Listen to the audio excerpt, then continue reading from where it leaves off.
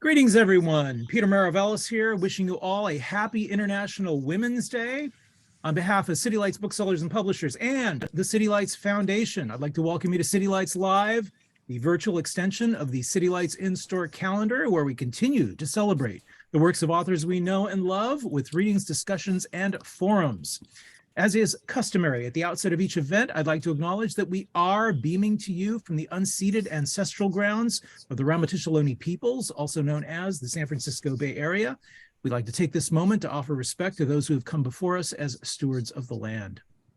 Tonight, City Lights celebrates a stellar new debut by a very gifted storyteller. We are delighted to have with us Lakiesha Carr, celebrating the publication of her new novel titled An Autobiography of Skin.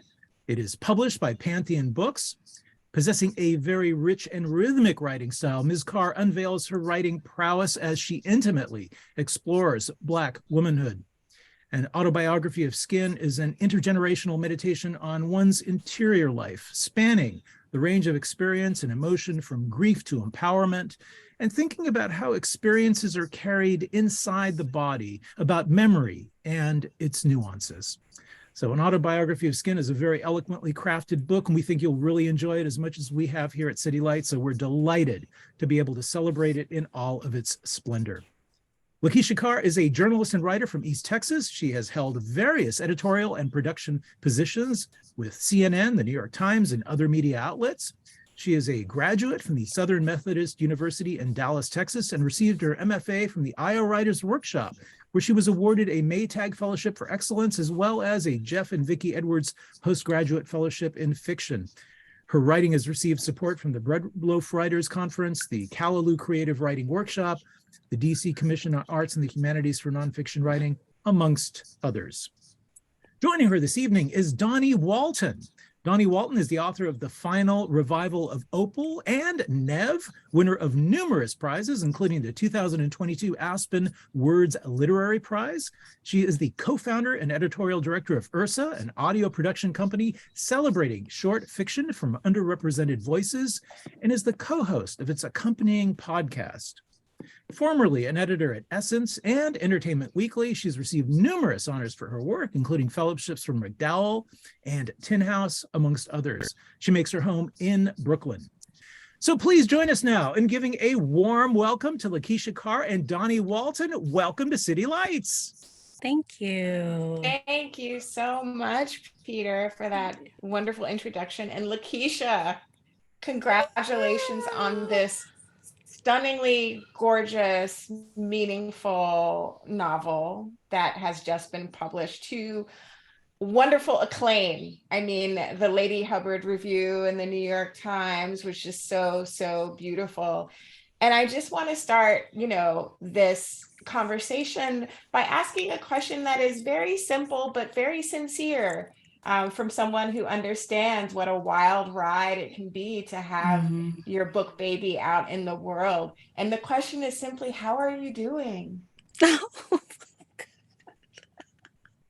wouldn't begin to know how to answer that. But let me first say, thank you so much, Peter. That was wonderful. I appreciate you. I appreciate City Lights for having me and celebrating this moment. And Dawnie, I already said to you, and I want to say it again, I appreciate your support so much, and I appreciate the beautiful blurb and you provided in reading the book and doing this with me tonight. So I'm very grateful. So I'll start there. I am feeling incredibly grateful and also terrified. Yeah, that's about right. Yeah, my emotions, I mentioned this, before the event started to both Peter and Dawnie, that my emotions are sort of fluctuating, not by the day, but by the hour, by the minute.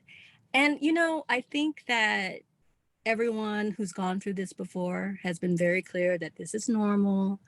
This is a part of the process. This is a major moment, but still try to enjoy it. And I am. I think that when I have those sort of more quiet moments to myself, I feel, like I said, extremely grateful, extremely sort of, when I allow myself, feel proud of the fact that I did this because it's a scary thing. And there was a point in my life when I wasn't sure that I would actually complete a project, you know, much less see it, you know, all the way to fruition. And so for that alone, I feel like I allow myself to have little quiet moments Good. of like, yeah, you did that, Lakeisha. Like, never mind Goodreads or anybody else. Girl, you doing that, you know? You did that. I mean, you know, so yeah, I'm feeling really grateful most of all and still scared, but I think I'm pushing through and excited no matter what. Yeah. There's a word that you used just now that I want to dig into a little bit, and that word is fruition. Mm-hmm. Whenever I read a book that's this thoughtful and this meditative, I can't help but wonder about the journey of the writer behind it and how the writer goes from that original seed of inspiration into something that's flowering and blooming.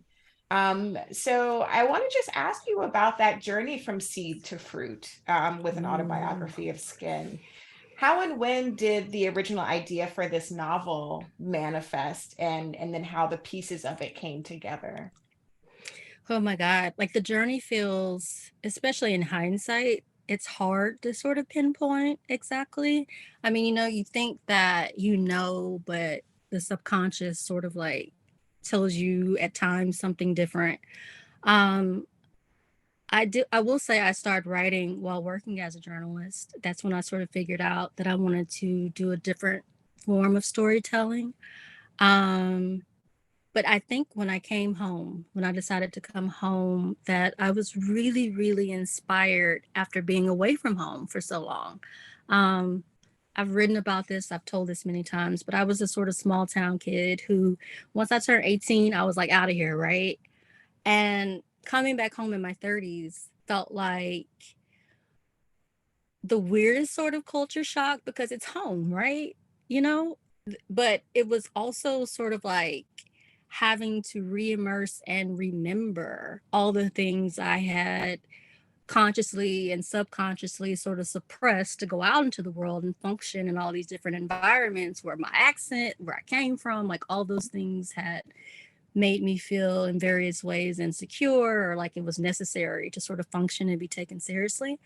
And sort of coming back home, it was good though to remember and be back in the community, particularly the women Mhm. who raised me. And I don't just mean like, you know, family and blood relatives, but I mean like the women from my church, the women who did my hair growing up, the women who did activism, like all of that, and their voices. And that really was sort of what started, I would say, the seed, wanting to capture that, wanting to celebrate that. And I mean, I'm not going to lie, I also think that there's a lot of influence in the book as well from a lot of the women and people I encountered while working as a journalist, you know? So I think Mm. that the book ultimately became a fusion of sorts of like all these different people I've encountered over the years. But the heart of it is certainly the women of East Texas. It's the women in my family. It's the women in my community. It's my own voice that had been like, girl, I can't talk like myself because I'm at the New York Times. And you know what I mean? Like all the things that I thought I had to leave behind in order to sort of go out there and be what my idea at that point of successful was. So yeah, Yeah. it was long. I started writing it officially in 2012. And now here we are. So And now here we are. And that's so beautiful to sort of describe this process as sort of a coming home in multiple ways, you know. mm-hmm, Not only mm-hmm, were you physically back in East Texas, but your work, your art was sort of cycling back towards what felt like home. mm-hmm. I'd love to talk a little bit about the novel structure.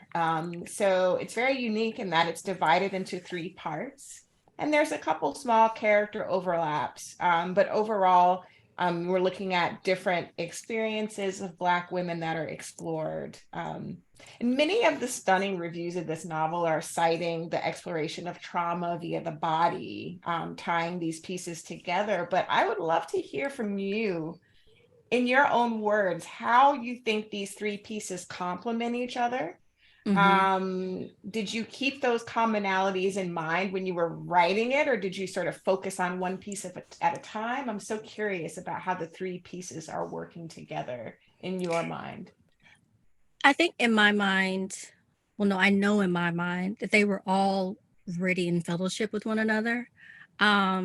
So they were happening simultaneously, but I still wanted each woman to have their individual moments, um, for lack of a better word, sort of in the spotlight. Because I was really, really interested more than anything. And I think that, if you've read the book, if you choose to read the book, you'll find that my characters are really, really sort of, or at least as a writer, I've aspired to be on the page, a person who explores characters who are voice driven. I'm really, really interested in sort of the psychology and emotional complexities of people, and particularly these women. And so I thought in order to do that, that each woman needed to have their moment. You know what I mean? Each woman needed to have their moment, but I do definitely think that the unifying force between them, even though their relationships might seem subtle, is that it's very purposely a multi-generational cast of women, right? So I'm trying to show women at various stages of life. You have Nettie, who is obviously a baby boomer, as is Peaches, and then you have Eloise and Bee, who are more the silent generation. You have Maya and Troy and Katina, who are more the millennial / Gen X generation.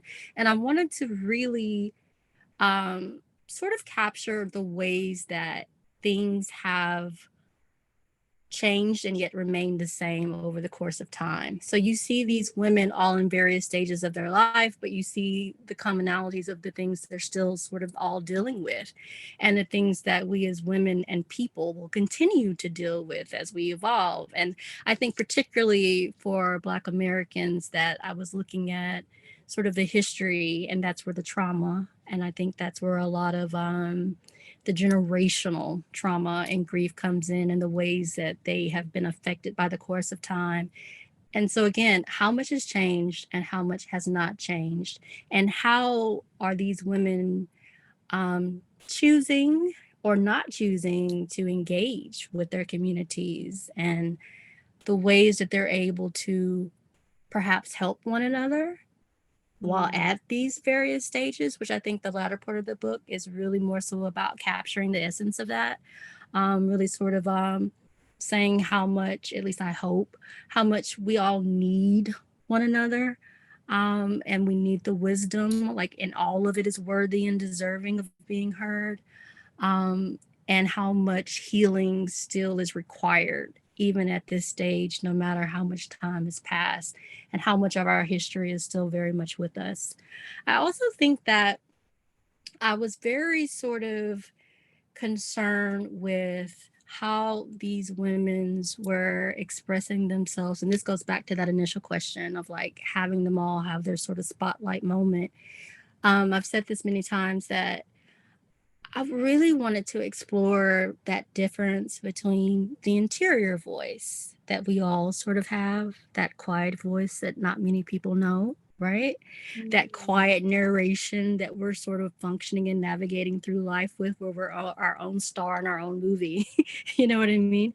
And the intimacy of what it means to share that with no one, but these women are sharing it on the page.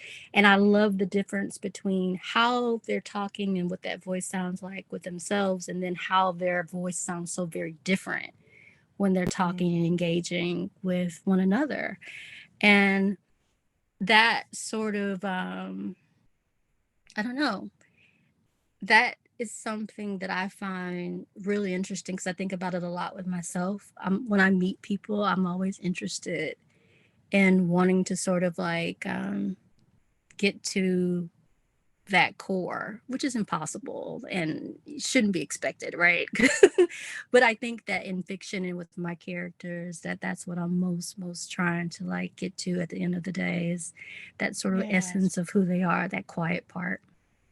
Well, I wonder too, we both have backgrounds in media as journalists, Mhm. and I wonder if, you know, um, that background, that curiosity that you naturally have professionally about getting to the core of a person, Mm-hmm. it's something that informs your fiction writing. And, that just leads to the bigger question of what other ways did your work as a journalist kind of like feed the artist in you? I mean, well, I'm nosy. So there's that. Nosy. And yeah, for me, I like juice. I love Okay. juice. Give me Okay. some juice. Juice, nosy, whatever you want to call it. But I think honestly, like I'm really genuinely curious about people. Like I'm really, really curious, but I'm also naturally a very introverted person. And so journalism in me was always sort of like at odds. There was a tension there because I wasn't always the most comfortable sort of being expected to show up and like ask questions and get out of there, right? Yeah. Um, but I do think I've always had a very natural curiosity about people. I have a love for people, most of the time from a distance. But I love you. I love you Yeah. tremendously. But from over here, but I'm loving you. I'm so Right. loving you. But and I mean that genuinely. Like I love people. I'm so curious.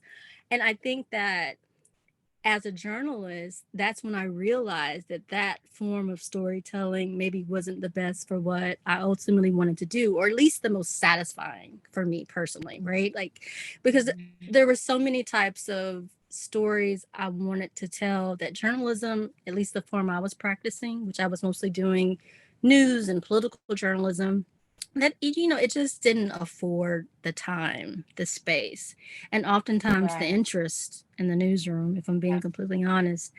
And so I quickly realized like the things I really want to talk about cannot properly or appropriately or fairly be addressed by the who, what, where, when, Mhm. why is this important that journalism demands, right? But Mhm. I also thought that, you know, at one point I thought I wanted to do something more of a visual medium. When I first got to school, I was actually a film major, but I'm horrible at technology. That's why I told you I have a flip phone. So I'm like, the best, I guess, equipment I have is my mind, you know? So I think that journalism has definitely been a huge influencer because the desire and everything that pushed me into that field is still very much there, right? It's still very much there. And Yeah. I would definitely say that it probably influenced a lot about how I approach these women because I wanted to approach them with a sort of care, of this sort of complexity that I couldn't do because space and Mhm. time didn't allow in Mhm. journalism, right? Right. Yeah. Yeah. Thank you for that.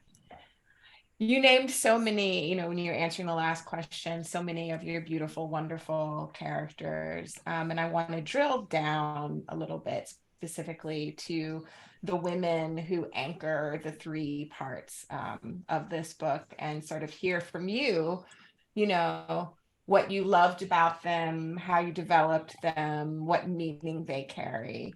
Um, Miss Nettie, who does Mm-hmm. colonics from her house and has a little gambling issue, Mm-hmm. going to the back room of a joint called, I think, the Little Taco, little Yes. grocery. What was on your mind when you were writing Nettie? And in what ways did she delight you or surprise you as she was kind of coming into herself as a character? I love Natty. Let me just say that first and foremost. I love She, her too. yeah, like she was the first of this book. Like she set the stage. She set the tone.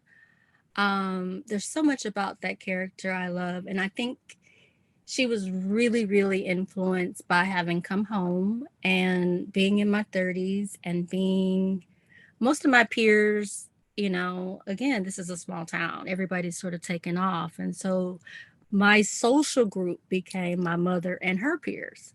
So I'm like in my 30s hanging out with a bunch of 50, 60-year-olds and listening to, and it was the best. Like, don't get it twisted. Like, I had a lot of fun. Oh yeah. Okay. Like, listening to them talk, listening to the blues, listening to them reminisce. They are in this part of this region, period, of East Texas, like the gambling casinos in Louisiana and the backroom game rooms is a huge part of the culture that I knew nothing about. I mean, I knew about the casinos because that's always been like, that's where people go to have a good time.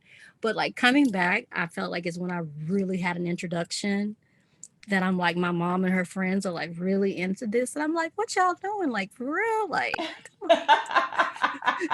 like, where are we? Like, my mom was like, super diehard Christian. Why are we pulling up, knocking on the door 3 times to get into this gambling room? Like, what's going on? And so, yeah, like a lot of that experience became very influenced by like their conversations and that energy and sitting around listening to a lot of the things that they talked about, they reminisce on.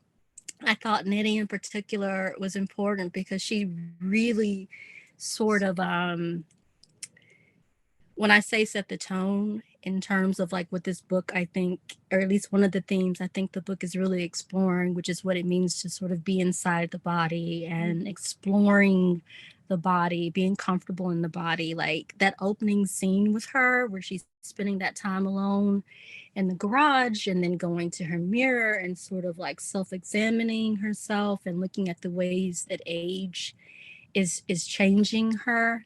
Like I think that she was so important to me, and opening up the places where all these other women would ultimately go in their own sort of like self-explorations. But Nettie, yeah, like I also think that when thinking about her, she's definitely a fusion character again of like so many of the Black baby boomers. And I always make that distinction, especially now because I feel like that there seems to be so much conversation and contention around these generational wars. And I'm gonna tell the truth. Like I can say on one hand I understand, but a lot I don't, because I have so much respect and so much reverence for what they very uniquely experienced. And I feel like that when you start to understand the history, and I hope that the initial parts of the book sort of touches on that, you know, when they're talking about what it meant to integrate and what it meant to like be that first generation to sort of like experience that and the trauma that came along with that. And that wasn't that long ago, right? So I think that that's what Nettie did. Nettie like really allowed the opportunity to show love, but open it up to the generational conversations that I think are taking place within the novel, as well as, you know, the larger themes: body, acceptance, loneliness, grief, trauma, all of that. Yes. Then we move into part 2, and we follow Maya's journey of falling in love in a very beautiful and consuming way, of having 2 children, and then mentally struggling with the pressures she's under, the pressures of motherhood, the pressures of the news, you know, seeing police killings of Black people so much that she is sort of pinned under. And this part of the book, we delve into Maya's anxieties, her depression. And I don't know that I've ever read mental illness sort of explicated in this very unflinching way. We are very deeply inside it, although it's written in a third person.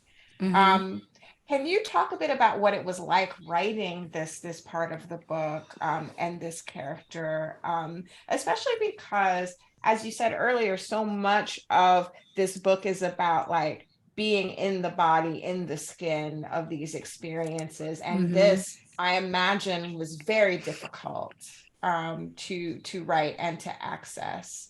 So I'm just curious about that. So Maya was most certainly the most difficult character for me. I struggled with her the most for multiple reasons. I've said before, I'm not a mother yet, or maybe not a mother. I don't know what it's like to suffer with postpartum,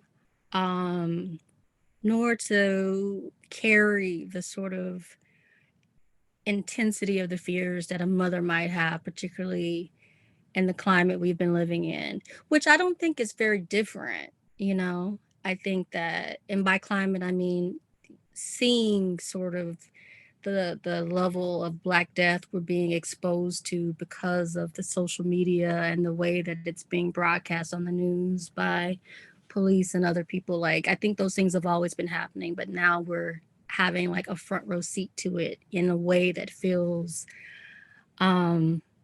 traumatic, and there's no words for it, right? So she was difficult for a lot of reasons, but I think that at the root, the thing I struggled with the most with her in particular was wanting to capture who Maya was and then showing that sort of mental decline without losing coherency for the reader, right? Because when I first started writing it, like I had her, like she was out there. It was like very abstract. Like I wanted her, because she is this person who is very much like immersed in the ideas of like esoteric spirituality and ideas, right? Like that's sort of the tie that binds her and Troy, as different as their backgrounds might seem. So there's already that factor, that tension between esoteric mysteries of the world and what reality and the human experience really is, with the tension of traditional religion, which you see sort of like her grandmother and her mother giving her different sort of ideas. And then you have just the hormonal things that happen when you've had children and you're having postpartum, right, coupled with the trauma of what she went through with trying to give birth to each boy. So it was just so much going on, and it was a lot. And I was so afraid that I was not giving her just due. Like, she was such an important character to me, and the one that I felt the most insecure about, but also the one that I held like the closest to my heart. But I think that when it came down to it, I tried to ground her as much as possible in like the woman who she was. And I think that the way her and Troy fall in love and meeting that version of her, and even though it might seem sort of subtle, but the relationship you see she has with Katina, and feeling like two small town girls, like I think that kind of became the grounding force, is like sort of the origin of like who she was, who she is, and whether or not she can get back to it, right? While also exploring like how influential like her parents have been. One of the things I found myself sort of unconsciously doing throughout the book is like exploring the idea of motherhood like across the board. So you do have Nettie, who is missing her mother. Nettie's not a mother, but she's missing her mother. And then you have Maya, who is just becoming a mother and struggling with motherhood, and also kind of has a very, I don't want to say strained, but maybe not the most ideal relationship with her mother. And then once you get towards the end, you see Katina, who is the daughter of all these mothers, her own mother and Eloise, her grandmother, and what it means to be in that role. And so I think that Maya, in my mind at least, became sort of that bridge of all of the turmoil, all of the difficulties, all of the sort of the manifestation of like what it means at this point in time to be a Black mother in this world. And yeah, I mean, She was hard. I'm sorry. I know that was Yeah, I can long-winded, but imagine. Maya, No, no, not at all. No, I'm very curious about everything having to do with that character. And I want to actually ask a follow-up question, but I just want to remind everyone watching that if you have questions, we're going to take them in a few minutes. So if you want to pop them in the chat, I'll be looking to select some in a bit. Yeah. So, this book is very much, as we've been saying, about Black women, but there are also some beautiful moments featuring men thank in this you. book. And Yeah. in part two, it Mm-hmm. kind of closes with sort of a very tender moment between Troy, who is Maya's husband, and Maya's father. Mm-hmm. And I was very curious about that piece of the story and why you felt it was important to this story to have that part in it. I'm so glad you asked that. Like, I'm so glad you asked that because I feel really protective over Troy because I find that how do I want to put this? Like some of the conversations I've seen around Troy have felt dismissive in a way that I find hurtful because I see him as a character who has suffered just as much trauma, just as much pain, and is dealing with just as much grief as any other woman in this book, right? Mm-hmm.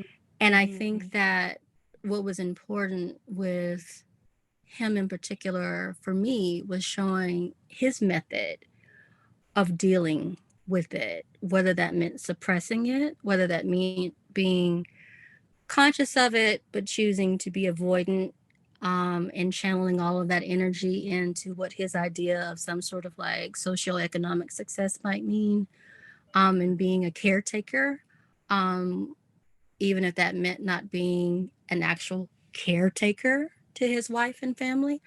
Um, but I thought it was so important to have that moment where his pain, his fragility, his vulnerability was like acknowledged in a real way. And I think that's what the moment between Troy and Maya's father meant, is like having those two men share that moment together and needing to have that sort of crying breakdown. Yeah. Do you know what I mean? Yeah. Like he deserved that. And so I think sometimes when I've seen some conversations sort of reduce him to like, oh, he's a street dude that Maya got involved with, I'm like, no, like he's so much more than that. I mean, despite the things he's done or that he's doing, he's a father, he's a son, he's a brother who's suffered incredible loss, you know? And I think that it's so important that we start to really treat that sort of like grief and the complexity of like Black men's pain and what they're going through with the same importance that we're treating these women characters in the book as well. So, Yes. Thank you for that answer and for that moment in the book that I very much yeah. appreciated. So then we move to part three and we get to know Yeah. Katina a bit better. And Katina is like a doorway through which we meet all these generations of Black women. And Katina is sort of the perfect lens because she is so young and she's the daughter, to kind of learn about what those women, everything they've survived. Yeah. Through meeting the women in that part of the novel, what would you hope that the reader is gleaning about how the past and the present sort of mingle? I mean, I was reading the Lady Hubbard review and she sort of mentioned the word a haunting, that there's like a haunting throughout the book and it's very acute in that part of the novel. So I'm wondering if you can talk about that a little. I don't know. It's complicated. I mean, I think that Sonny definitely does represent like an actual ghost in the story, Mm-hmm. but he's also very much acting metaphorically, for these particular women. I think that what was fun about Katina's character, because I thought she was where I was able to have the most fun in terms of humor. I mean, there's a great deal of pain and grief going on with her and uncertainty, but like anytime you're writing about someone who's like a stoner and drinking all the time and hanging out with like her grandma and AB and doing like, you know, it was fun, but it was so serious. And again, I just felt like it was an opportunity to again really best express all the ways that regardless of age and generational changes, how much has not changed. So when you see these women having these conversations and talking about the things they've experienced, not only like in their individual portions that are sort of divvied up in that portion of the book, but also like in sharing with one another. I don't want to say too much for anybody who hasn't read the book, but them sharing and then them actively working at the end towards some real sort of healing, I think was ultimately the point and the intention, and where I found the agency of these characters, in that is the bridge again. Whereas Maya was sort of like showing that we have the Black baby boomer Nettie who starts it. We have Maya who's the millennial. And then we literally have the silent generation. And then we have millennial / Gen X. I can't decide really with Katina. It's she's kind of vague to me. But you see like that ultimately they all need one another. They really do all need one another. And there's something to be learned from one another, and spending time and listening with one another, and I don't know, those characters in particular, I think with the ghost and the haunting, I do think it speaks a lot. And I was really glad to see that she mentioned that in the New York Times review, because it meant so much to me that she really got it, because that is what it's speaking about. It is speaking about the ways that the past continues to haunt us, both our personal past and our historical past. It's very specific to the Black American lineage in this country, and probably beyond that, but more specifically what I'm speaking to and what I know. It's definitely that. It's definitely that. And all of these women's circumstances, no matter which character and what part of the book, are all being definitively shaped by the external political situations, the economic, the social situations of the country, and the circumstances of which they've grown up in, right? And so, yeah, like the haunting, I was like, I thought it was so beautiful. I really, really, really thought it was so beautiful. And it was my intention. And it feels really good to be seen in the way that she got it. You know what I mean? Like it really, really, really did. It really did. And so I think these women, the ultimate goal is to free themselves and to expel the ghost, to rid themselves somehow, or the best ways towards working towards ridding themselves of that generational trauma, and trying to start anew if possible. Or whatever that means anyway, you know. Yeah. So there are some, there's serious material in the novel, but there's also so much humor. Like there's so many voices and lines that were very familiar to me in a funny way. There's bursts of fun. And in an interview you did recently, you said, I think most of my characters are a combination of characteristics I've observed in various people I've encountered throughout my life, along with my own fondness for quirk. And I was just sort of obsessed with this idea, your fondness for quirk. And I want to know more about that, and how you feel that quirk, that fondness for quirk, is manifesting throughout the novel.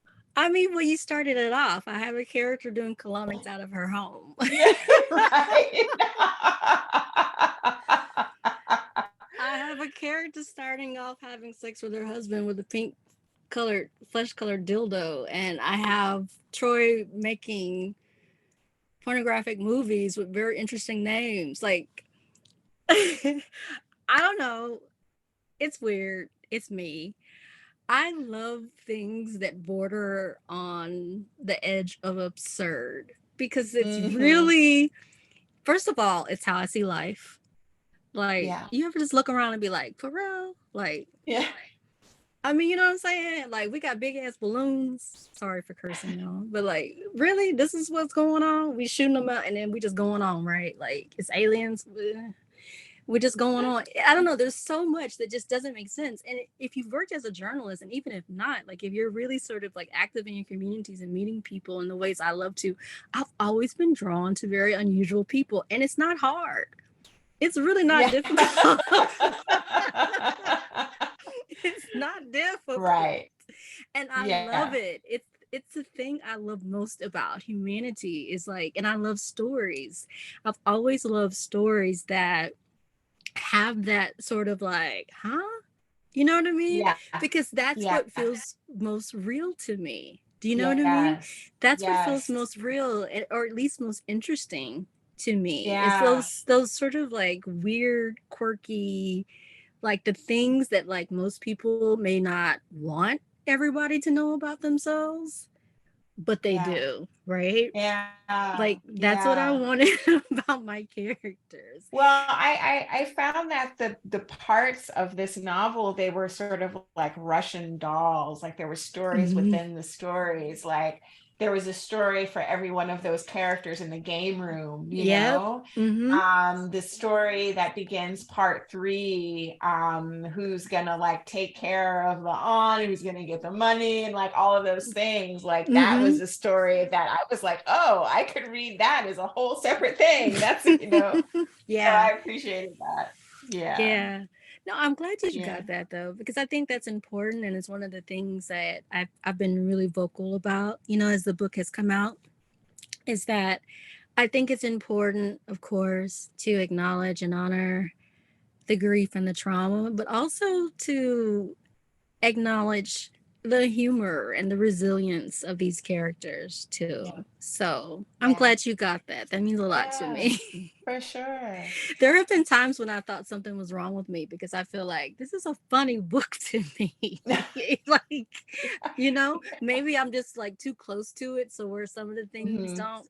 But even like Mama Eloise, like shooting and doing the thing she does, like she's hilarious to Yeah. me. That's not Yeah. that's not Yeah. that's not funny kids, but I'm just saying. Right. Um, about writing about the body, how it feels, how it Mhm. looks, how it ages. There was something in what you were doing that felt familiar to me because, you know, my book is about music, but I've never been trained musically. I don't know anything about that. I don't really know how to describe sound so much. What I was doing was describing how I reacted, my body, my physical response when I hear a song moves me, you know? Mhm. So I was Mhm. wondering how, for you, how did such attention to the physical kind of help you access all the other stuff, What do you if mean that when makes you any sense? what do you Like mean when you say the other stuff? Yeah. the emotions, the trauma, you know, how did that kind of help to like reflect or give voice to um all those other things that they were kind of going through emotionally, or even to set a tone or a mood that you're trying to access. You know, I think that my initial thought, you know, as I mentioned with Nettie, was always about sort of observing the body's changes and being comfortable inside the body, or at least acknowledging the ways that you're not comfortable Yeah. inside your own body, right? And I think that I drew a lot on personally, like as I'm aging, changes with my body. And I think coming home and after having been away for a long time, you know, coming home once, twice a year doesn't really allow you to sort of fully absorb the changes that are happening with your loved Mm-hmm. ones. And I think that once I came home and I'm really starting to notice the changes that have happened, not only with my mom and my family and my cousins who are little and they're now like practically grown, you know, those things were like a huge, huge influence on how I was seeing how the body was working. And I wanted these women to really sort of be in touch with their bodies, even when it seemed like they weren't in touch with their bodies. So, like, even with Maya, as sort of disassociative as she is as a character, um, she's very much sort of in tune with the fact that intimacy with Troy and having these kids and the disconnect she feels from these kids and the disconnect she's feeling from the world is both mental and bodily, right? And there's lines throughout the book that sort of capture that. I think that when you look at Mama Eloise and the woman she was, and then the woman we meet her as, you know, in this wheelchair,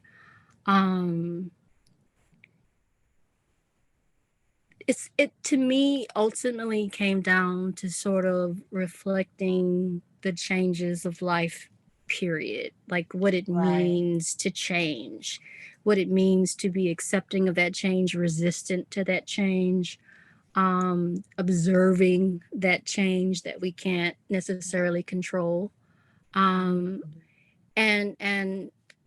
either being comfortable with it or learning to embrace it. And I think that that's sort of like a subtext that's working there in terms of how these women are sort of functioning with it. Because there's even a scene with Katina where she's sort of looking in the mirror at herself, and looking at her skin and taking herself in. And then there's mentions of, like, I think Maya not wanting to look at the mirror. And, you know, so a lot of it, like I said, it was very sort of personally based. It's not difficult to draw upon those things when I think about my own self and how I'm coming to terms with my own aging and watching those I love age and being observant and being appreciative as well.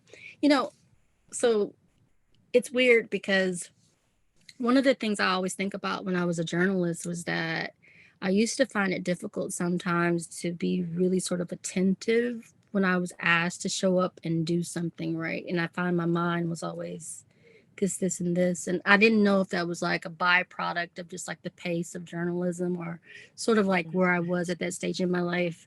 And as I've gotten older and when I started like really working towards fiction and moved back home and things slowed down, I started realizing like how much I wasn't paying attention to and what it means to slow down. And like, even when I'm moving around town or driving and looking at trees changing, like there was a point in my life where I could probably pass a building starting to go up and then I look and like, oh, when did that happen? You know what I mean? Like, you know what I mean? Like just not being attentive, not being fully present. And so I think, to wrap it up, that it's all sort of like a culmination of this desire to address all of those things: being present, being attentive, being inside the body, what it means to not be in the body, seeking always to escape the body, you know, and the challenges of it, you know. Did that answer it? I hope it did. Yes, very well. Yes, thank you. Yeah, good. And I'll give folks maybe a couple more minutes to add a question, and I'll sneak in my last one while we wait for that. Please tell me about this gorgeous cover. Just so beautiful, and how that came together, as well as the title, honestly. So, okay, that's with the title. I'll say this. I've only told one other group of people this, that so each section is titled by a song. So like the first section, Yesterday Was a Dream, Today is a Miracle, is like a Billie Holiday song called Yesterdays. Lost Your Head Blues is like a Bessie Smith song, the blues artist. And then like the final portion is the one that I felt probably the most emotionally connected to and what I wanted it to be that sort of encapsulated the entire narrative. And so I thought, what is this really talking about? And I thought that this is a group of women who are seeking to be comfortable in themselves and what it means to be in the skin and accept the skin. And so I thought an autobiography of skin, like this is telling the story, or at least one portion of the story of what that means. And when it comes to like the cover, I really wanted something fairly minimalist. Like I really wanted something that was sort of laid bare in the way that I hope that these women's characters are. Sort of, I didn't want too much to, can you see, distract from the body. It was important to me that that sort of be like at the center and not a whole lot, or at least too much going on at the cover that hides or that the body is able to hide behind. Does that make sense? And so that's why. And I was just very fortunate and very lucky that the beautiful designers at Pantheon came up with my favorite colors because I love purple. Like if I'd asked for purple, I probably wouldn't have got it, but like who knew, right? Like I'm serious, that's how it works. But no, it's beautiful. It's absolutely gorgeous. And I found the design. I love the body. I love the imperfection. I love the perfection. And yeah, I feel really, really, really grateful and really happy with it. Well, it's a beautiful cover for a beautiful book. Thank and you. It looks like we don't have any questions. So I just want to say, you know, thank you so much for like giving me an early copy. Like it was my pleasure to read it before the world, and it's been a delight to be in conversation with you tonight. You too, Dawnie. Thank you so much again. I really appreciate it. It's I my really, pleasure. really do. Yeah. And thank you both for gracing our virtual halls. Lakiesha Carr, congratulations on a wonderful, wonderful fiction debut. And such a pleasure to have you with us tonight. Dawnie Walton, thank you for doing the honors. And especially at such a short notice. Many of you watching will recall Maurice Ruffin was originally scheduled to act as an interlocutor, but something came up. So really grateful to Ms. Walton that you could join us tonight. And of course, thanks to all of you in the room for joining us too. We have posted the links in the chat with which you may purchase books. If you're in the hood, please come on down. You can also buy them at City Lights. We have them on display. Pay us a visit. We're located in San Francisco's historic North Beach district. We're open 7 days a week, Monday through Thursday, 11 to 8, and Friday through Sunday, 11 to 9. We are slowly getting back to pre-pandemic hours. Also want to point out City Lights is celebrating its 70th anniversary this year. We'll be featuring a special calendar of events beginning in May and running through to the end of the year. These are going to include live in-store events, online events. We're going to have poetry readings, historic tours, panel discussions, you name it. Keep an eye on our events calendar for pending announcements. Tonight's event has been made possible by support from the City Lights Foundation, continuing the legacy of our founder, the late Lawrence Ferlinghetti, through public events like this one, our publishing program, and educational outreach, all dedicated to sustaining a vibrant community of readers, writers, and independent thinkers. So take care, everyone. We hope to see you all again very soon. Please be well. Thank you, Dawnie. Thank you all so much. Congrats again. Bye-bye. Bye-bye. Thank you.